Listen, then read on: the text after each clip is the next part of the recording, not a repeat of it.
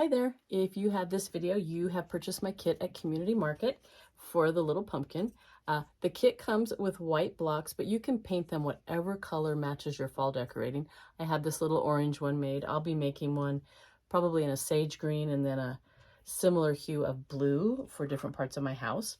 These are so simple to make. You're going to take your 4 Jenga blocks and you're going to glue 2 together the long way.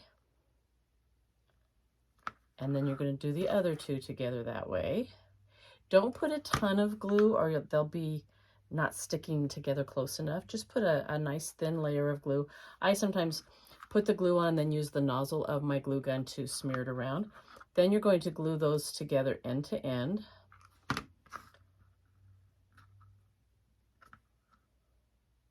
And I forgot to, you can see that little gap. It's not going to be a problem, but these blocks aren't like geometrically perfectly shaped.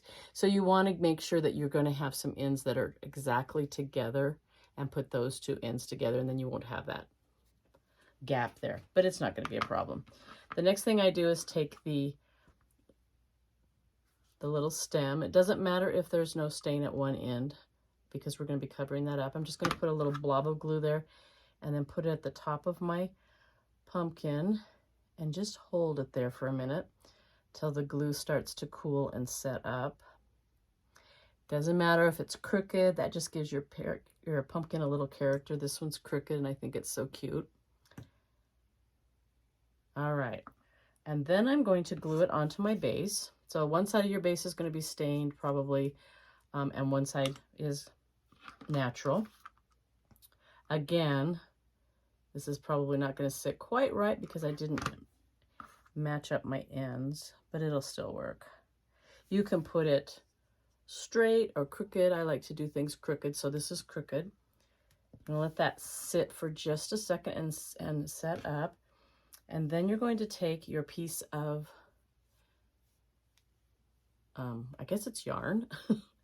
I'm going to start at one end. I'm going to decide which is my front and which is my back. Sometimes it may not even matter. This side's a little bit smoother, so I'm going to use it as the front. So I'm going to go around to my back, and well, if I would quit putting that on my gun, I'm going to just glue this, just put a little dot of glue at the end here, and I'm going to just start wrapping it loosely around my pumpkin. You don't even have to glue in the middle or anything. And look, I covered up that gap just with my yarn. I'm just going to do it a few times. I'm going to come up to the top here, put another little dot of glue. You're going to want to have this left over, so don't use it all up on your pumpkin. And then cut off the leftover. And I'm going to take that and my jute. I'm going to unravel my jute. You can leave it like this if you want. I like the unraveled look.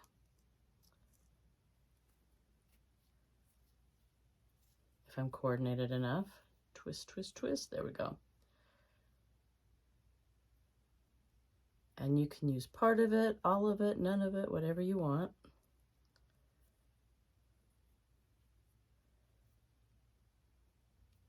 And I'm just going to put that along with my yarn and just tie it around the stem.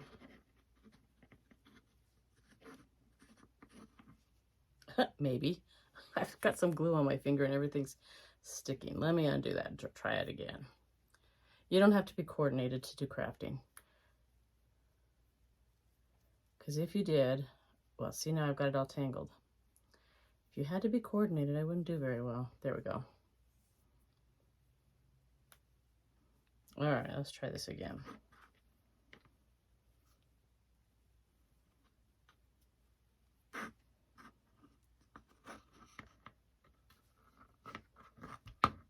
And I'm going to tie mine twice, like in a knot. And then it's kind of trying to stick out instead of just hanging down. So I'm going to kind of get it arranged the way I want,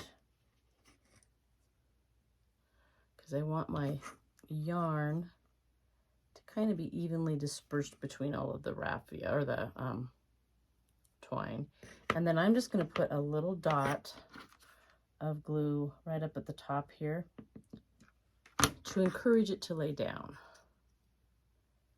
Hold it down and then trim it to whatever length I want it to be. And I like things to be kind of uneven that way, so. And there you go. That's all there is to it. Now you can, if you want, if you have like those little miniature pine cones, or if you have any moss or anything, you can put something around the base. But I think they're cute just as they are. So thank you for buying a kit, and hope to see you at a workshop soon, and have a great week.